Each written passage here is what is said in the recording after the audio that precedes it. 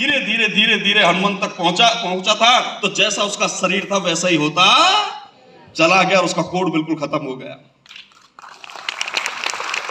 और जाकर वो पर्ची हनुमंत को दे दी और उस पर्ची पर लिखा था जैसा भेजा था ऐसे ही भेज दिया है।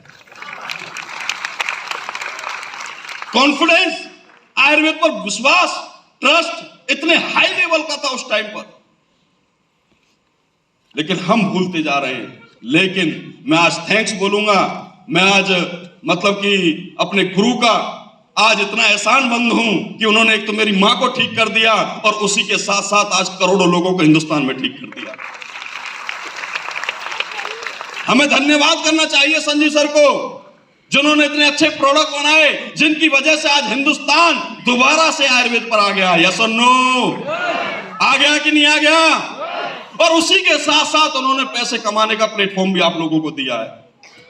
आपने देखा होगा यहां पर लोग अपने अचीवमेंट बता रहे थे, कोई टोपाज बनाया, कोई एमराल्ड बनाया, कोई इंजीनियर की जॉब छोड़ के आया है, कोई टीचर था उसकी जॉब छोड़कर आया है, कोई एमबीए करके आया है उसकी जॉब छोड़ के आया है और यहां पर आज आयुर्वेदा में अपना कैरियर बना रहा है। देखा होगा आप लोगों ने। तो बात अगर मैं कामयाबी की करूं, बाहर की दुनिया की करूं, तो कुछ लोगों को अब भी समझ में नहीं आता है। जब उन लोगों को समझ में नहीं आता तो मुझे बड़ा दुख होता है, यार ये क्यों नहीं समझ रहे कि इनको नेटवर्क मार्केटिंग करनी चाहिए, इनको यहां अपना फ्यूचर अपनाना चाहिए। मुझे बड़ा उनको देखकर दुख होता है, लेकिन वो लगे हुए अपनी आम जिंदगी में।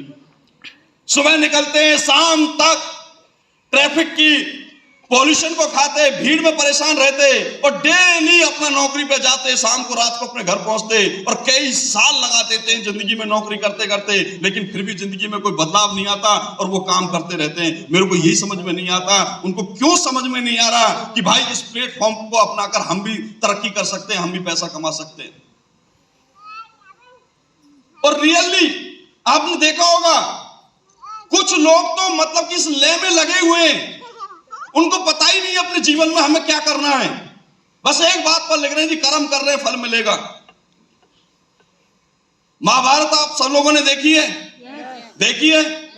उसमें गीता में उपदेश दिया गया कि कृष्ण भगवान ने भाई ये बोला है कि कर्म करो और फल मिल जाएगा। भाई वो कर्म, अब लोग क्या है कि सारे लोग, कोई नौकरी कर रहा है, कोई परचूने की दुकान पे काम कर रहा है, कोई कंडक्टरी कर रहा है, कोई मतलब फौज में लग रहा है, कोई पुलिस में लग रहा है, कोई कहीं भी जहां भी लग रहा है, वो सब क्या है कि बस उसी बात पर चल रहे हैं कि भाई कर्म करो फल मिलेगा, भगवान हमें फल देगा। लेकिन वो सक्सेस का फल हर किसी को नहीं मिलता। आप उस चीज को देखो कि वो कृष्ण भगवान ने वो जब बात बोली थी उस टाइम पर सिचुएशन क्या थी, उस टाइम पर जगह क्या थी? यस और नो? उस टाइम पर सिचुएशन ये थी कि विश्व का सबसे बड़ा युद्ध होने वाला था। यस और नो? विश्व का सबसे बड़ा युद्ध होने वाला था और अर्जुन वहां से भाग रहा था उस युद्ध को छोड़ के। तो कृष्ण भगवान ने बोला कि भाई तू युद्ध कर, युद्ध क्या कर, जब तक जिंदगी में युद्ध नहीं करेगा ना तब तक तुझे कोई फल नहीं मिलेगा। उसने ये नहीं बोला कि आम जिंदगी में कर्म करता रहे तुझे फल मिल जाएगा। आम जिंदगी में कर्म करने के लिए तो अर्जुन बोल ही रहा था, बोला जी मैं तो भजन करके अपने जीवन को काट लूंगा, मैं तो लोगों की सेवा करके अपने जीवन को काट लूंगा। लेकिन कृष्ण भगवान ने बोला बेटा अगर तू यहां से भाग गया ना तो तेरे को वो इतनी बुरी मौत दूंगा कि दुर्योधन को अच्छी मौत मिलेगी और तुझे उससे भी बदतर मिलेगी। यस और नो? वो बुरी मौत का मतलब पता क्या है? गरीबी। क्या है? इस दुनिया में जो सबसे बड़ा दुख है ना वो गरीबी है। यस और नो? आदमी सब दुख को झेल लेगा, भाई का, बहन का, बीवी का, मां का, बाप का, लेकिन ये साली गरीबी नहीं किसी से नहीं झेली जाती। समझ रहे हो? और अगर आपको ये गरीबी खत्म करनी है तो आपको कर्म नहीं युद्ध लड़ना पड़ेगा, अपनी जिंदगी से युद्ध लड़ना पड़ेगा।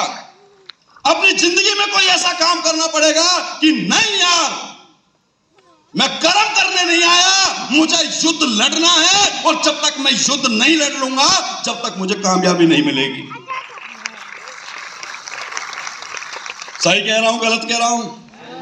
सही कह रहा हूं, गलत कह रहा हूं? मेरी बातें कड़वी हैं लेकिन है सच्चाई। यस और नो? सच है कि नहीं है? जब तक अपने जीवन में हम कोई अच्छा युद्ध नहीं लड़ेंगे, जब तक कोई कामयाबी, और इस प्लेटफॉर्म पर आकर आप अपनी कामयाबी का युद्ध लड़ सकते हो, चैलेंज कर सकते हो अपने आप को, जैसे इन लोगों ने करके दिखाया। समझ रहे हो मेरी बात? बहुत से लोग बोलते हैं कि मेरे जीवन में तो दुख है, मेरे जीवन में तो फलानी चीज है, इसकी वजह से मैं यह काम नहीं कर पा रहा, इसकी वजह से मैं ये काम नहीं कर सकता। मैं आप लोगों की बात पूछता हूं, सच बताना, ऐसा कोई व्यक्ति है जिसके जीवन में दुख ना हो? है कोई ऐसा व्यक्ति? हर किसी की लाइफ में कोई ना कोई दुख जरूर। अगर दुख नहीं भी होगा तो ये दुनिया आपको दुखी कर देगी। कर देगी नहीं कर देगी? दुनिया किसी को नहीं छोड़ती। यस और नो? ये दुनिया किसी को नहीं छोड़ती। अगर आप सुख की 2 रोटी खा रहे हो ना, और पड़ोसी को पता चल जाता है इसके मजे आ रहे हैं, तो पड़ोसी दिन रात सोचेगा इसको दुखी कैसे किया जाए। सही है गलत है? सही है? आपको छोटा सा फॉर्मूला बता देता हूं दुख को खत्म करने का। चाहते हो? सभी लोग चाहते हो दुख को खत्म करने का? जब भी लाइफ में कोई मुसीबत आए, कोई दुख की घड़ी आए, तो एक फॉर्मूला अपना लेना। अपने मोबाइल फोन पर, मोबाइल फोन के वॉलपेपर पर अपनी पत्नी या गर्लफ्रेंड या बॉयफ्रेंड या पति का फोटो लगा लेना। सही है? समझ गए मेरी बात? और जब भी कोई मुसीबत आए तो उस फोटो को देखना। सही है? और देख के ये बोलना, जब इस मुसीबत को झेल सकता हूं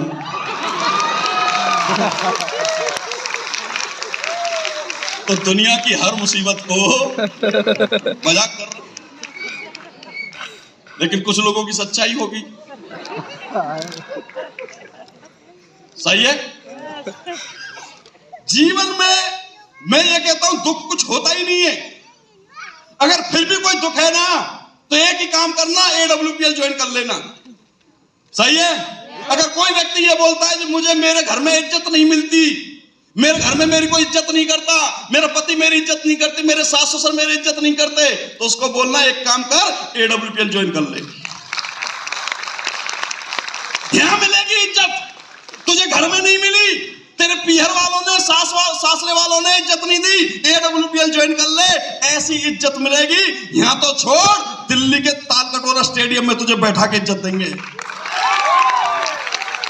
स्टेज पे खड़ा करके इज्जत देंगे। दिल्ली की राजधानी, भारत देश की राजधानी के बहुत बड़े स्टेडियम के अंदर, जहां कई हजार लोग होते हैं, उसके बीच में तेरे को मुकुट पहनाया जाएगा, इज्जत। सही है? लोग बोलते हैं कि मेरे पास गरीबी है, पैसा नहीं है, तो AWPL ज्वाइन कर लेना। मात्र 1-2 साल तंगी में कटेंगे, मात्र 1 या 2 साल तंगी में कटेंगे। उसके बाद तंगी कभी नहीं आएगी। पैसा इतना आएगा, फोन करके ये पूछोगे गुरुजी पैसा इतना पड़ा, इन्वेस्टमेंट कहां करूं? सही है? समझ रहे मेरी बात? ये प्लेटफॉर्म इतना पावरफुल प्लेटफॉर्म है, और हमारी कंपनी के जो MD हैं, हमारे गुरुदेव हैं मिस्टर संजीव कुमार, वो तो इतने इमोशनल हैं। उनके सामने कोई बस दिल से ये कह देना कि गुरुजी तरक्की करना चाहता हूं, और जब वो आशीर्वाद दे देते हैं तो आज तक उनका आशीर्वाद झूठा नहीं हुआ है। आज तक झूठा नहीं हुआ है। 300 से ज्यादा लोगों को करोड़पति उन्होंने 8 साल के अंदर बनाया है। बनाया कि नहीं बनाया? यस और नो?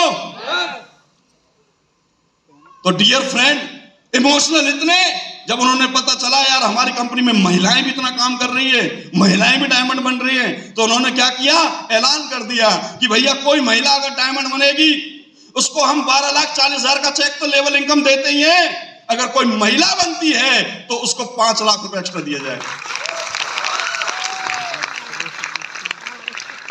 अभी कल परसों दिल्ली में एक शो हो रहा था, संजय सर ऐसे सामने बैठे थे चीफ गेस्ट के तौर पर।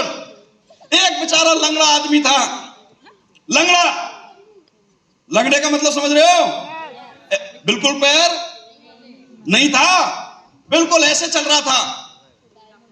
लेकिन एडब्ल्यूपीएल में विश्वास करके, एडब्ल्यूपीएल के प्लेटफॉर्म पर विश्वास करके एडब्ल्यूपीएल ज्वाइन कर लिया, और ज्वाइन करने के बाद काम करने लग गया, और करते करते करते करते वो भी डायमंड बन गया। क्या बन गया?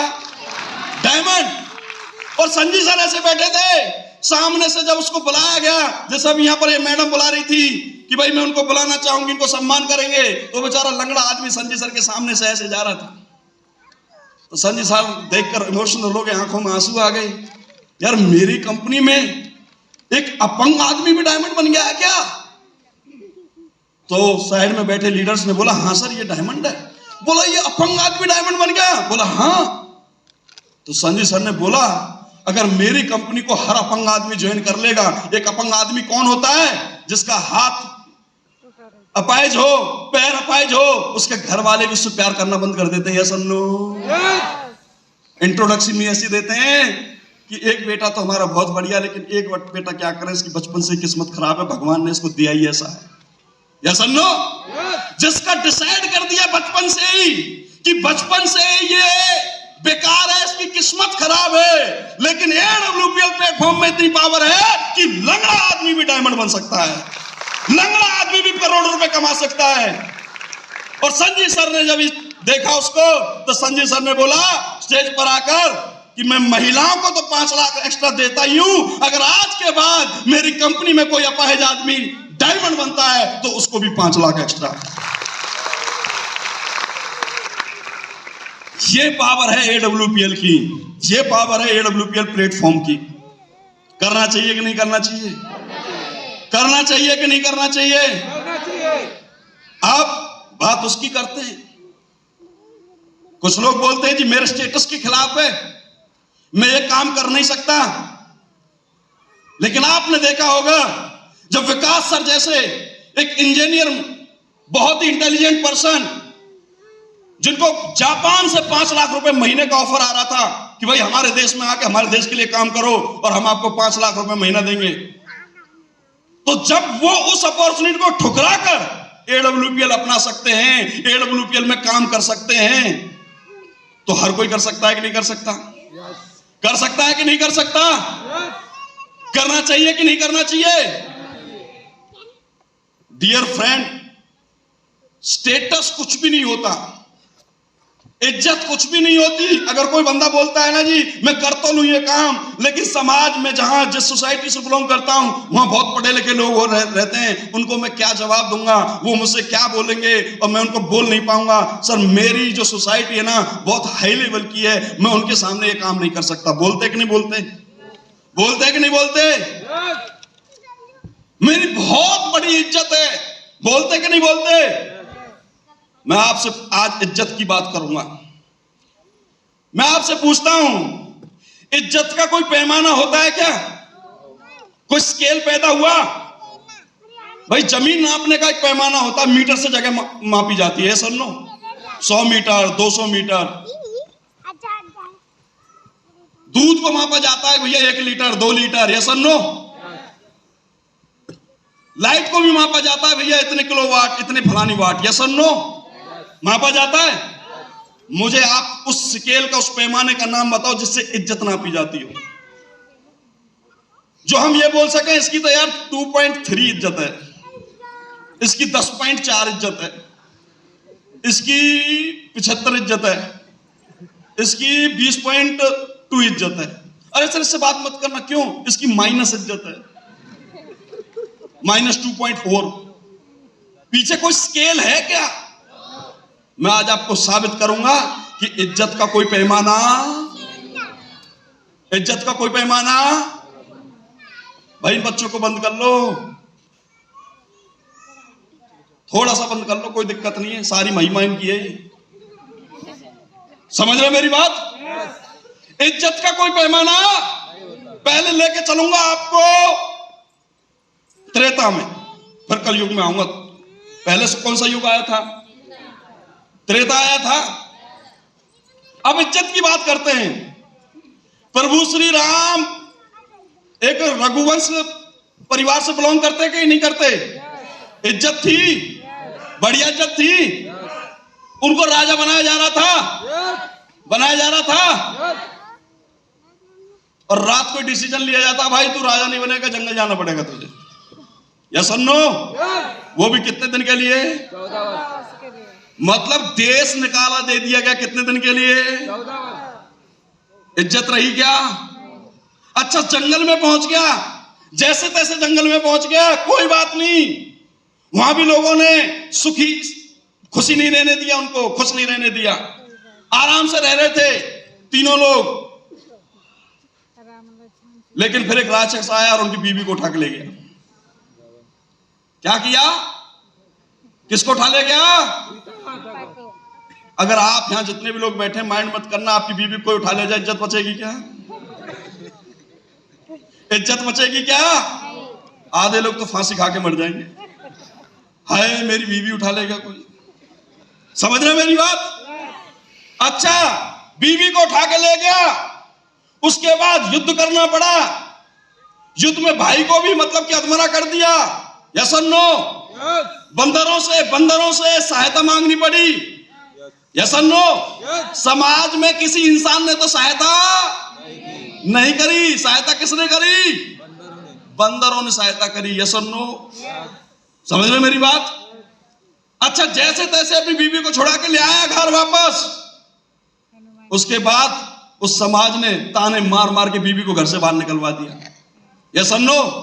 आज के जमाने में अगर ये ऐसा होता तो लोग क्या बात बनाते? अरे पहले तो एक गुंडा उठा के ले गया ऐसी बीवी को, अब खुद नहीं निकाल दी घर से बाहर। यस और नो? और देखो सबसे बुरा क्या हुआ, ये आज तक इतनी बड़ी घटना किसी के घर में नहीं हुई।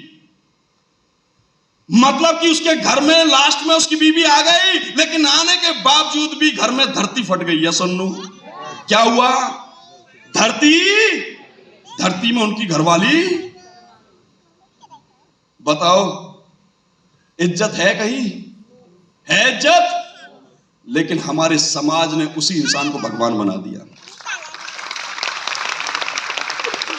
इससे सीखो, इससे सीखो, इज्जत का कोई पैमाना। अब आ जाओ द्वापर के अंदर, कृष्ण भगवान के पास आ जाओ। कृष्ण भगवान का जन्म कहां हुआ? कहां हुआ? आज को जेल में से आ जाए तो अजी सर ये तो जेल में से आया है। समझना मेरी बात को? उसके माँ बाप ने पूरी जिंदगी क्या काटी? जेल काटी कि नहीं काटी?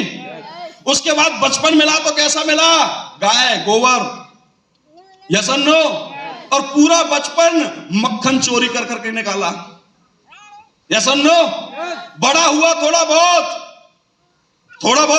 बड़ा हुआ तो समाज में अफवाह फैल गई कि इसका फलानी लड़की से चक्कर है। यस और नो? और एक चक्कर नहीं, 16,000 चक्कर। इज्जत बता रहा हूं आप लोगों को, ठीक है? थोड़ा सा और जिम्मेदारी आई तो मामा ही मार दिया। क्या कर दिया? मामा ही मार दिया, रिलेशन रिश्तेदारी खत्म कर दी। और बड़ा हुआ तो जरासंध पीछे लग गया, वहां से फिर भागना पड़ा और भगोड़ा साबित हो गया। क्या साबित हो गया?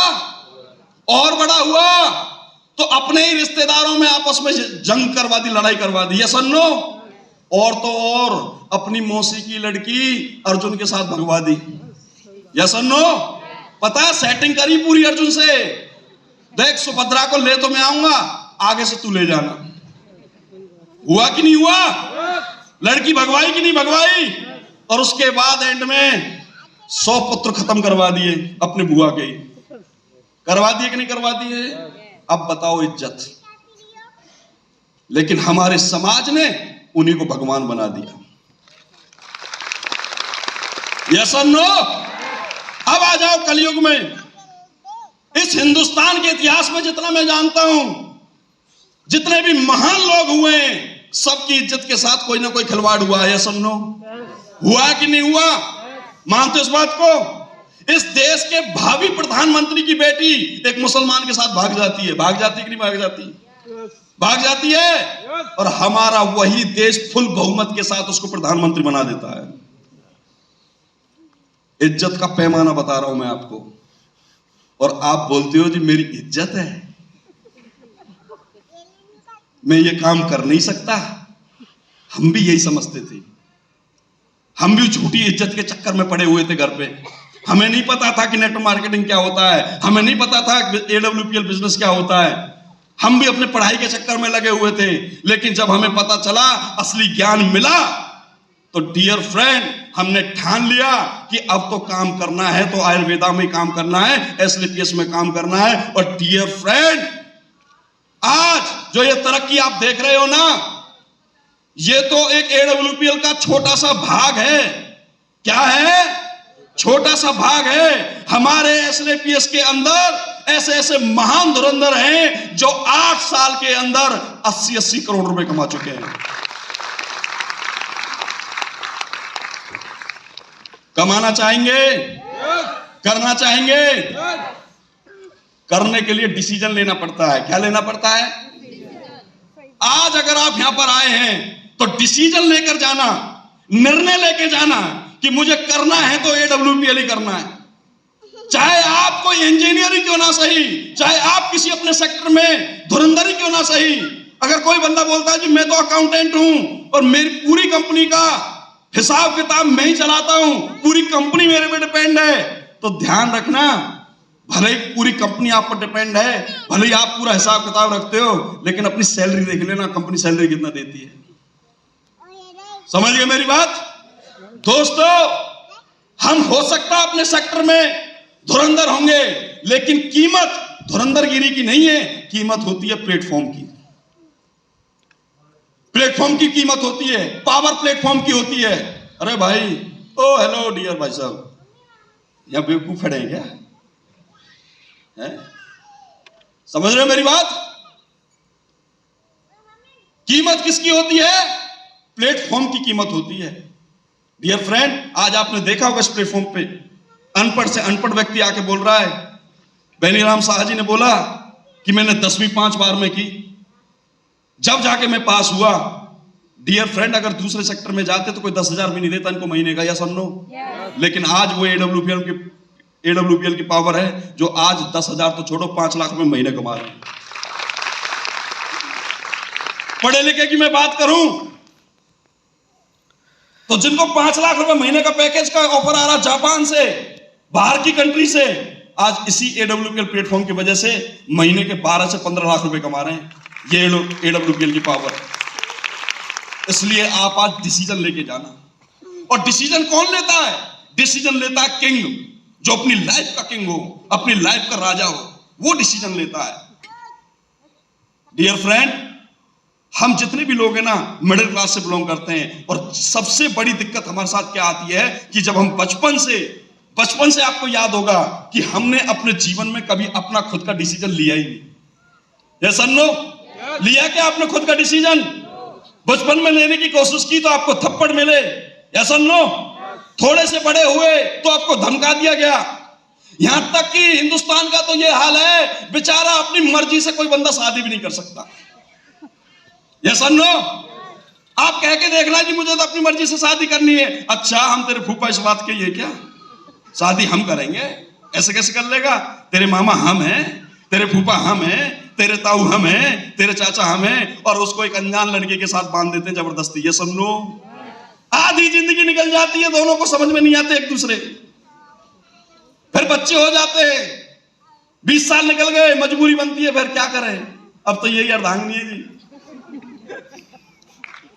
सच्चाई समझते हैं कि नहीं समझते आप? और आज इस हिंदुस्तान के अंदर, जबकि हमारा कल्चर ऐसा नहीं था, हमें जो बांध रखा है अपने लोगों ने ही बांध रखा है। आज आप डिसीजन लोगे ना तो सबसे पहले रुकावट जो डालेगा ना, वो आपका अपना आदमी डालेगा। कोई महिला काम करने निकलेगी, मैं काम करना चाहूंगी, तो उसका घर वाला, सुन कहां जा रही है, जरा तू काम करेगी। कोई आदमी जाएगा, बेचारा कहेगा मैं नौकरी के साथ ये दूसरा बिजनेस कर लेता हूं। अजी नहीं जी, मुझे 5 बजे घर ही चाहिए, आप 5 बजे ज्यादा लेट मत होना। ऐसे हमने पैरों में बेड़ियां बांध रखी हैं। लेकिन जो व्यक्ति डिसीजन लेता है, अपना खुद का निर्णय लेता है, और वो किसी की नहीं सुनता अपने निर्णय के आगे, अपने सपनों के आगे, वही व्यक्ति इतिहास रचता है। जैसे कि विकास सर, बेनीराम साहब, पवन सर, इन लोगों ने अपना खुद का डिसीजन लिया। क्या आप ले सकते हैं अपना डिसीजन? ले सकते हैं। और डिसीजन के साथ साथ डिसीजन लेने से भी काम नहीं चलता। डिसीजन तब लिया जाता है जब आपका अटूट विश्वास हो। यस और नो?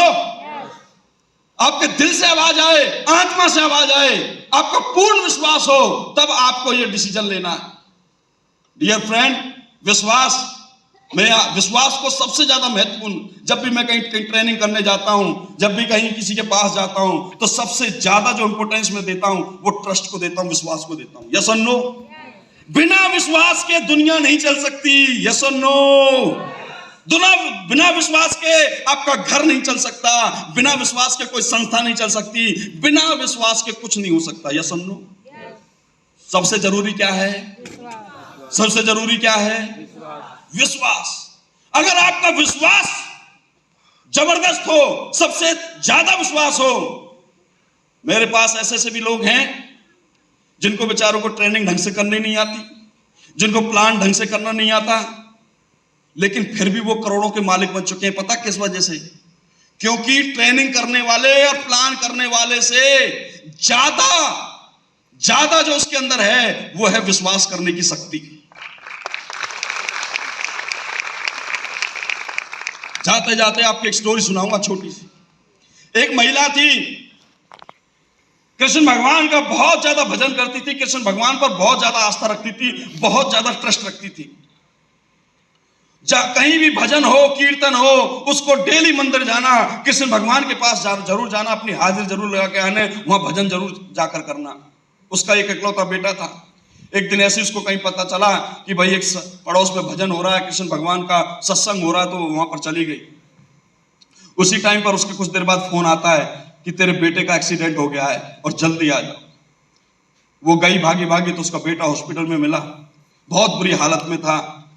तो उसकी पड़ोसन बोलने लगी, तू क्या पूजा पाठ में लगी रहती है, देख तेरे बेटे का एक्सीडेंट हो गया, अगर भगवान इतने अच्छे होते तो तेरे बेटे का एक्सीडेंट थोड़ी करवा देते, तू तो जब कितनी पूजा करती है। तो उसने बोला, मुझे भगवान पर पूरा विश्वास है, वो कभी गलत नहीं करेंगे। जैसे तैसे उसका बेटा ठीक हो गया, कुछ दिन बाद घर आ गया, लेकिन उसने अपनी पूजा पाठ नहीं छोड़ी और फिर भगवान के ऐसे किसी कीर्तन, किसी सत्संग में जाती रही। एक दिन फिर ऐसे ही किसी सत्संग में बैठी थी और फिर फोन आता है कि तेरे बेटे का फिर एक्सीडेंट हो गया है। वो फिर भागी गई। वो पड़ोसन फिर बोली, तू क्यों भगवान के चक्कर में पड़ी है, देख अगर भगवान इतने अच्छे होते, तू तो इतनी पूजा करती है, तो दोबारा एक्सीडेंट थोड़ी करवा देते। वो कहती है, नहीं कोई बात नहीं, मुझे भगवान पर पूरा भरोसा है, वो कभी गलत नहीं करेंगे। जैसे तैसे ठीक हो गया, उसका बेटा फिर घर पहुंच जाता है। एक दिन क्या हुआ, वो फिर ऐसे किसी सत्संग में जाती है और फिर फोन आता है कि तेरे बेटे का एक्सीडेंट। वो भागी फिर गई तो उसका बेटा पूरा लहूलुहान और पूरा खून में लथपथ हुआ पड़ा था।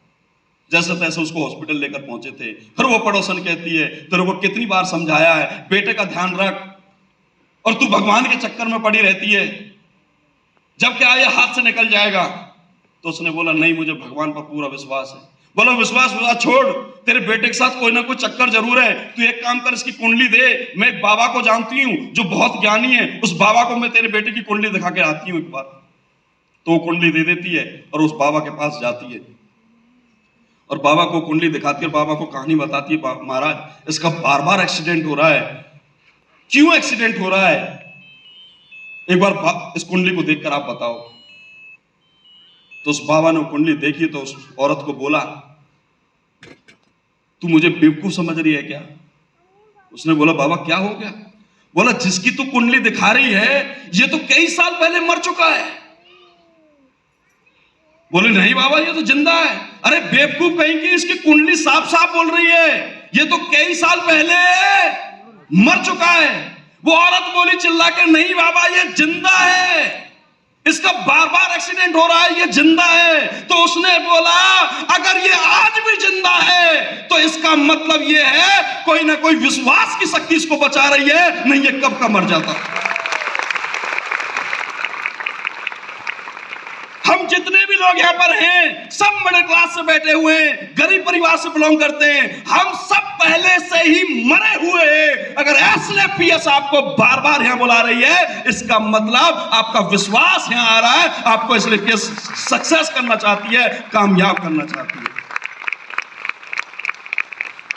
तो विश्वास के साथ आपको यहां पर काम करना है। और डियर फ्रेंड, छत्तीसगढ़ वाले लोगों, मैं आपसे एक ही वादा करता हूं, अगर आपने अपना अटूट विश्वास यहां पर दिखाया, अटूट विश्वास अगर आपने यहां पर दिखाया, तो मैं वादा करता हूं यहां पर बैठा हर व्यक्ति करोड़पति बन सकता है, हर व्यक्ति करोड़पति बन सकता है। ठीक है डियर फ्रेंड, और उसी के साथ साथ अब मैं आपका धन्यवाद बोलना चाहूंगा। आपने जो आज समय निकाला, कीमती समय, तो उसके हम शुक्रगुजार हैं। आपने हमें सुना, उसके हम शुक्रगुजार हैं। और साथ ही साथ हम शुक्रगुजार रहेंगे अगर आप हमें ज्वाइन करते हैं और हमारे साथ मिलकर काम करते हैं। धन्यवाद।